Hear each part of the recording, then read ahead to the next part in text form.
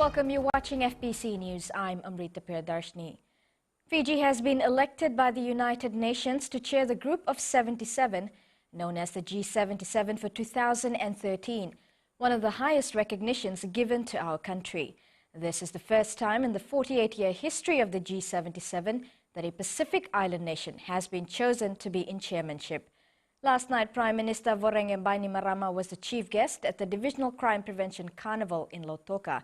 He highlighted Fiji's latest achievement on the international arena. Christopher Chand reports.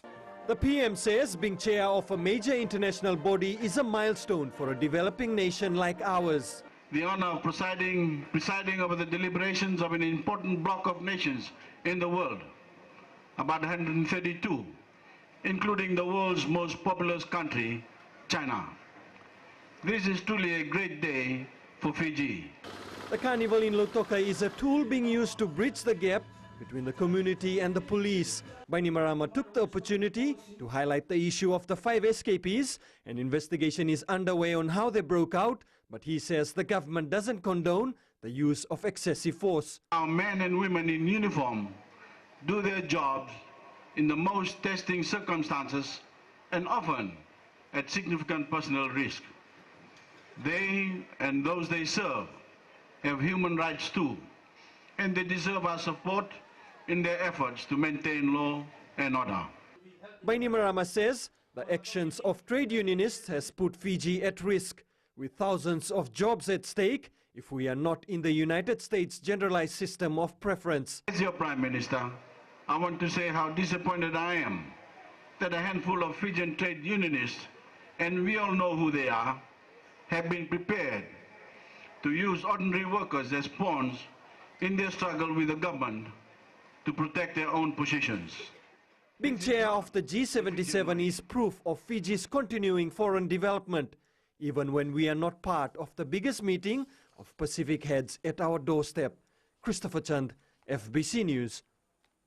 A woman in her late 20s has become the latest road victim. It's believed she was walking along the Queen's Road at around 4 this morning when she was hit by a vehicle. The driver failed to turn himself in, prompting a search by the Fiji police force. This afternoon, police confirmed that the driver was in their custody, undergoing questioning. Meanwhile, in another incident, 2 people are admitted at the CWM hospital after being involved in a road accident this morning. The incident occurred at Rewa Street. Police at the scene told FBC News the driver and the passenger received injuries when the vehicle they were traveling in hit an electric post. It's believed both were heavily intoxicated. Speeding has been identified as the most common offence committed by drivers. In the last month, over 2,000 drivers have been booked for breaking road rules, and speeding dominated all cases presented to the LTA. Epeli Tukuwasa reports. The Land Transport Authority has admitted its concerns over the ever-increasing cases of speeding.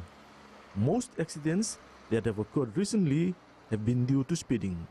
A joint operation is currently underway by police and the LTA to identify and deal with drivers who continue to drive away beyond the speed limit.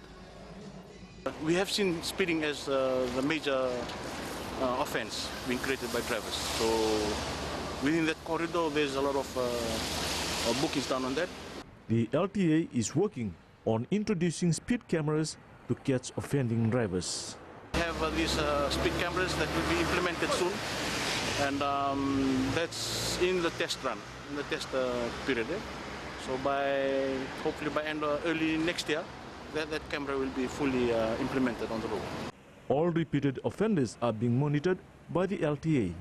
These cases are dealt with directly by the Chief Executive Officer. We have a process in place whereby the CE or the Chief Executive has the powers under the Act to suspend their license. And pursuant to Section 17 and 18 of the Act, he has the responsibility to do that. The LTA is again appealing to drivers to follow the speed limit to avoid accidents. Epeli Tukuwasa, FBC News. The lack of proper health services in Fiji isn't new, and a recent survey by a civil society organization reveals that senior citizens in the country are still struggling to get access to better health care. As Shireen Lata reports, the Fiji Council of Social Services is requesting relevant authorities to look into the plight of the elderly. The survey was done on senior citizens all over Fiji.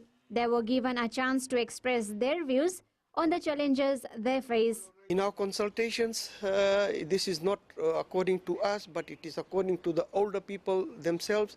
We have been recording the voices of the elderly throughout Fiji, and the voice is very loud and clear that their first and most serious concern is their own health care. Khan says some senior citizens have had to wait all day to be seen by a doctor or a nurse, while others find difficulty in purchasing medicine. They are complaining about the long wait in the hospitals and other medical facilities and health facilities. They have long distance to travel. Meanwhile, the council believes authorities are not to be blamed. We started a program on in-family and in-community care for the aged. Now we run that program as aged care, where we train people to look after themselves and the elderly and plan for their retirement. In an earlier interview with FBC News, Health Minister Dr. Neil Sharma said Fiji's health sector is still developing and such issues will be dealt with. Meanwhile, the report titled Age Demand Action will be launched and presented to the President, His Excellency Ratu Ipeli Neilatikau, tomorrow. Shireen Lata, FBC News.